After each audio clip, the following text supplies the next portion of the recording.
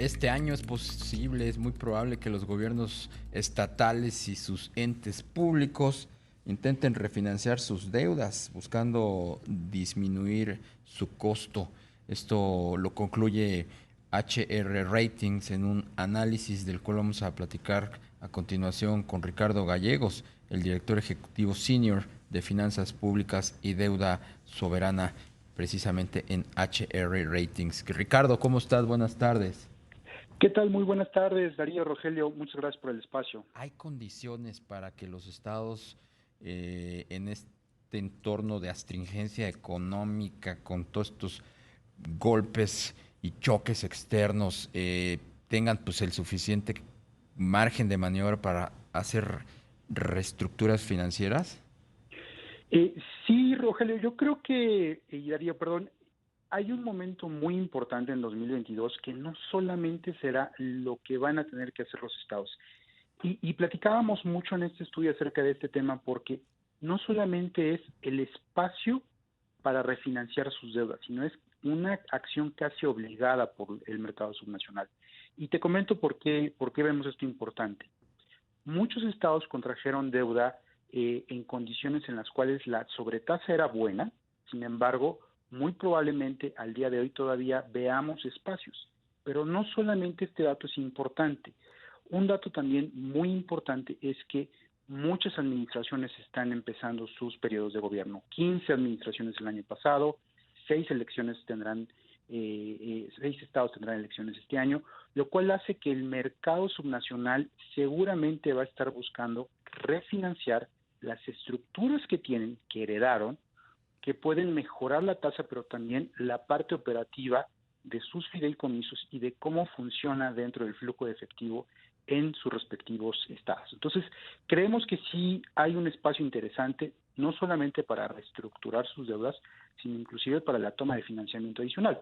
Un ejemplo nada más de esto es el estado de Chihuahua. A final del último trimestre, siendo una administración nueva, el Congreso autoriza prácticamente pues, reestructurar toda la deuda posible si es que encuentran mejores condiciones en el mercado. Efectivamente, Ricardo, llamó la atención lo del estado de Chihuahua. Te saluda Rogelio Varela, pero ¿qué otras entidades tú ves que pues están ya pasando aceite? Vimos el caso de Michoacán, que no tiene para los maestros, también es Zacatecas. ¿Qué está pasando con la liquidez en algunos estados? ¿Qué tal, Rogelio? Mira, es muy interesante tu pregunta. Un tema que ha sido trascendental en los últimos años fue la instauración de la Ley de Disciplina Financiera. Uno de los elementos más importantes en términos normativos fue la liquidación de sus créditos de corto plazo antes del cambio de administración. Y esto ha hecho que estados que tuvieron o que tendrán elecciones, pues tengan que cerrar prácticamente la llave de su corto plazo en muy poco tiempo, 3 meses antes del cambio de administración. Y esto está provocando que estados que tuvieron elecciones tuvieran esta falta de liquidez dentro de sus arcas estatales. Y lo estamos viendo con estados que apenas van a entrar en un proceso electoral, como Durango, que inclusive actualmente está en D, el estado de Durango, Nayarit, que inclusive llegó a un D antes del cambio de la administración, y que pues definitivamente hace que el mercado subnacional y estos estados en particular pues tengan que encontrar pues espacios dentro de su deuda para refinanciar por un lado, pero también para contratar y eliminar la revolvencia de los cortos plazos. Entonces, estamos dentro de una dinámica del mercado subnacional en la que los estados y municipios, porque no solamente esto es un tema de estados, sino también de municipios, Sí. tienen que encontrar los espacios, los ahorros y muchas veces encontrar qué dejar de pagar, que es mucho lo que estamos viendo en el mercado subnacional, que está presionando a las nuevas administraciones cuando toman posesión de sus cargos. ¿Qué estados son los que ven ustedes más expuestos y que tendrían que actuar con mayor urgencia dado pues lo comprometido que están en sus finanzas? Yo te diría que en HR Ratings vemos casi como una señal de mercado el nivel, digamos, de fortaleza financiera. Si tú te vas a los estados que tienen más bajas calificaciones, son los estados que tendrán en el muy corto plazo que enfrentar de una manera más decidida pues esta problemática financiera. Por ejemplo, el estado de Durango, que está en HRD. Está en HRD, que es una situación de impago o de una probabilidad de impago muy alta, precisamente por la revolvencia de los créditos de corto plazo. Esto, si ves las calificaciones de hacia arriba hacia abajo, pues estamos en el escalón más bajo de calificaciones. Nayarit es un estado que defaulteó y que con la nueva administración pues están apenas reorganizando los factores para obtener pues una reestructura de las condiciones actuales de sus créditos. Y así sucesivamente, pero si me preguntas puntualmente, yo creo que empezando por el estado de Durango, el estado de Nayarit, Quintana Roo, yo creo que es un estado que tiene elecciones este año, que está en HRBB menos, que precisamente por los temas de su vocación turística y cómo fluctúan sus ingresos, pues es una entidad que por lo menos este año también tendrá que encontrar la manera de estabilizar la parte financiera. Yo me quedaría principalmente con estos estados. Ricardo, y en ese contexto, ¿tú ves la posibilidad de un acompañamiento de la Secretaría de Hacienda en estos procesos de reestructura o los van a dejar morir solos? Típicamente, y esto no ha sido un proceso exclusivo de este gobierno federal, es un proceso que de manera natural cada estado y cada municipio lo van llevando de manera independiente.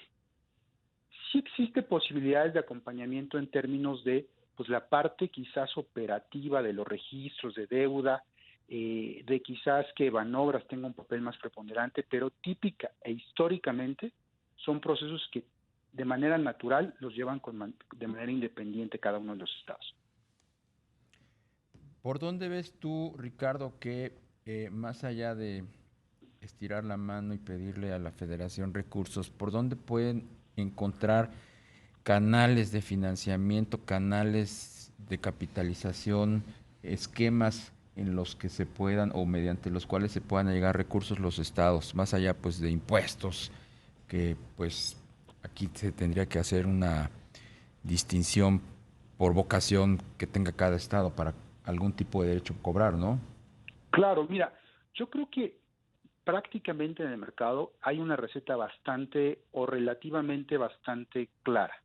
Por un lado, una optimización del gasto. Existe todavía muchas entidades donde el tipo de gasto que se hace o la manera en la que finalmente se hace puede obtener, digamos, una cantidad de liberación de recursos importante. No sé si mucha, pero sí importante. Por otro lado, yo creo que el Estado mexicano y los estados mexicanos deberían voltear a otro tipo de fuentes de financiamiento como las APPs, las famosas asociaciones públicas privadas, donde si está bien establecida, si está bien armado el proyecto, puede ser una salida para las entidades que ya no tienen forma de financiar este tipo de proyectos y hacer una asociación pública-privada con la parte digamos, la parte de los privados, ¿no? Esa puede ser una segunda opción. Otra tercera opción es precisamente tener una colaboración más cercana con el gobierno federal, que hemos visto una relación un tanto distante en estos 3 años, sobre todo para el tema de los créditos fiscales. Los créditos fiscales que de alguna manera pueden cederle cartera a los estados para cobrar y quedarse con un porcentaje sobre ese tipo de créditos fiscales. Esa es otra de las opciones. Y finalmente, pues una revisión, que sí es un tema toral del federalismo mexicano sobre el tema de reparto y porcentaje de participación actual a los estados mexicanos. Yo creo que ese sería un tema muy interesante que se ha quedado en el tintero pues las últimas 2, 3 administraciones. Sí, y que además ya ha sido planteado por el presidente López Obrador, Ricardo, de buscar pues ese espacio para pues digamos que asignar los recursos de manera más eficiente. ¿Tú crees que pues en este ambiente político será posible pues alcanzar este nuevo acuerdo? Yo me gustaría pensar que siempre es válida la discusión de este punto. Lamentablemente creo que la ventana electoral hace que el ambiente se enrarezca y no necesariamente alineen los incentivos de manera adecuada. Lo vimos desde el año pasado, ¿no? Un poco con las elecciones que tuvimos, un gran calendario electoral el año pasado, y este año, pues todavía con 6 elecciones en puerta, hace que esta discusión finalmente no sea como tan abierta y tan incisiva y tan adelante como nos gustaría verla. Pero definitivamente el tener esa posibilidad siempre de discusión, creo que es muy válida y creo que puede que sea de las pocas decisiones estructurales que pudieran darle un poco de mayor sostenibilidad a las finanzas subnacionales. Pues Ricardo Gallegos, director ejecutivo senior de Finanzas Públicas y Deuda Soberana en HR Ratings, muchas gracias por la entrevista. Muchísimas gracias por el espacio a ustedes.